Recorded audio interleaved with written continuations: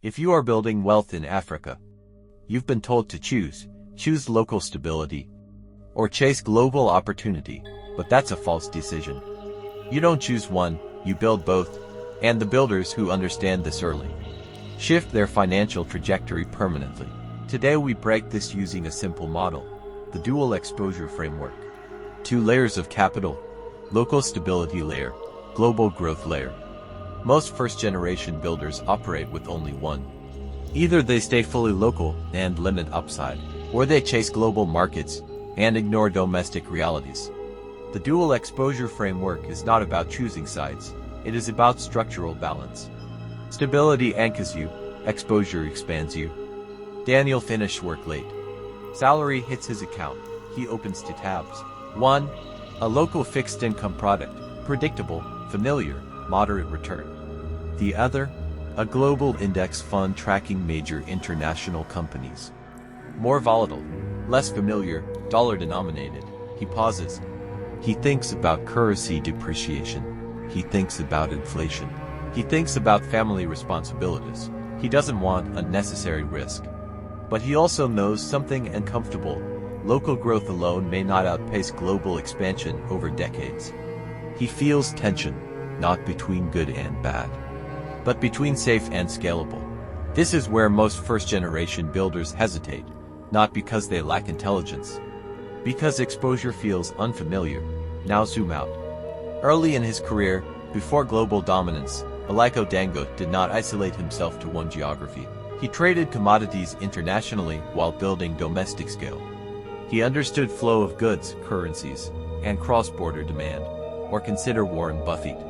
Though rooted in Omaha, his capital was exposed to businesses operating globally. The structural similarity is not fame, it is allocation logic. They did not rely on a single economic engine. They built layered exposure. Daniel is facing the same structural decision, just at a smaller scale. Not about becoming them, about thinking in systems. Let's introduce a clean model. Historically, broad global equity markets have produced long-term average returns in the range of 8 to 10% annually over extended periods. Local fixed income in many African markets may offer higher nominal yields, sometimes 12 to 15%, but often in environments with higher inflation and currency risk. Now imagine two simplified 20-year scenarios. Scenario 100,000 invested locally at 12% annually. After 20 years, approximately equals 964,000.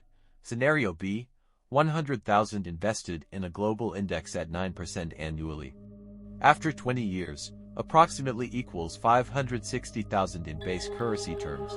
At first glance, local appears superior, but here's the structural question. What happens if local currency weakens significantly over those 20 years?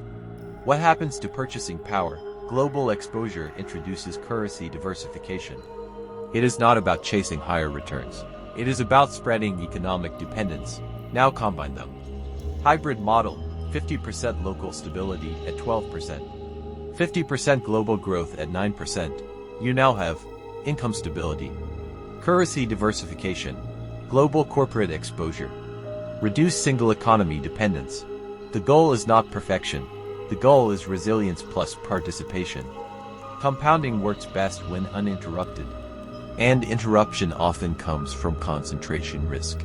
For first-generation African builders, investing globally can feel disloyal or risky. You may hear, keep money here, foreign markets are dangerous. Focus only on what you understand locally. At the same time, globally, emerging professionals face similar tension. Should I invest domestically only? Is international diversification too complex? The psychological tension is the same everywhere. Familiar feels safe. Unfamiliar feels risky. But familiarity is not the same as safety. Ignorance of global systems does not reduce exposure. It concentrates it. When your entire wealth depends on one economy, one currency, one political structure, your risk is silent. Daniel's hesitation is emotional. But the math is structural. Here is the belief flip. Exposure is not risk. Ignorance is. Memorable line. Concentration feels comfortable until the environment shifts. Diversification feels complex until it protects you. Global investing is not about abandoning your country. It is about participating in the broader engine of global productivity while maintaining local grounding. The dual exposure framework says, anchor locally, expand globally, compound patiently. Not aggressively, not emotionally, strategically. If you are building wealth for the first time in your family, your responsibility is not to impress, it is to design resilience. This channel is for disciplined thinkers, for those who understand that wealth is architecture, not excitement. You do not have to choose between local stability and global opportunity.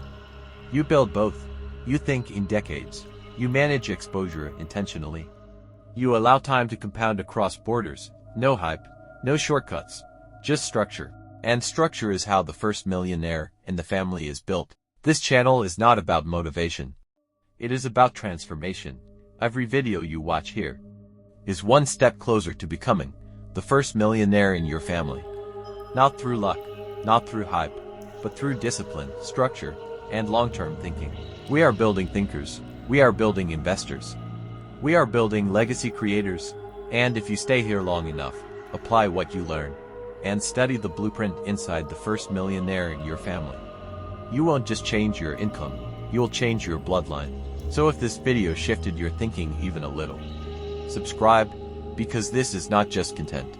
This is preparation. And 10 years from now, you'll either look back and say, I started when it was small, or I wish I did. Choose wisely. I'll see you in the next lesson.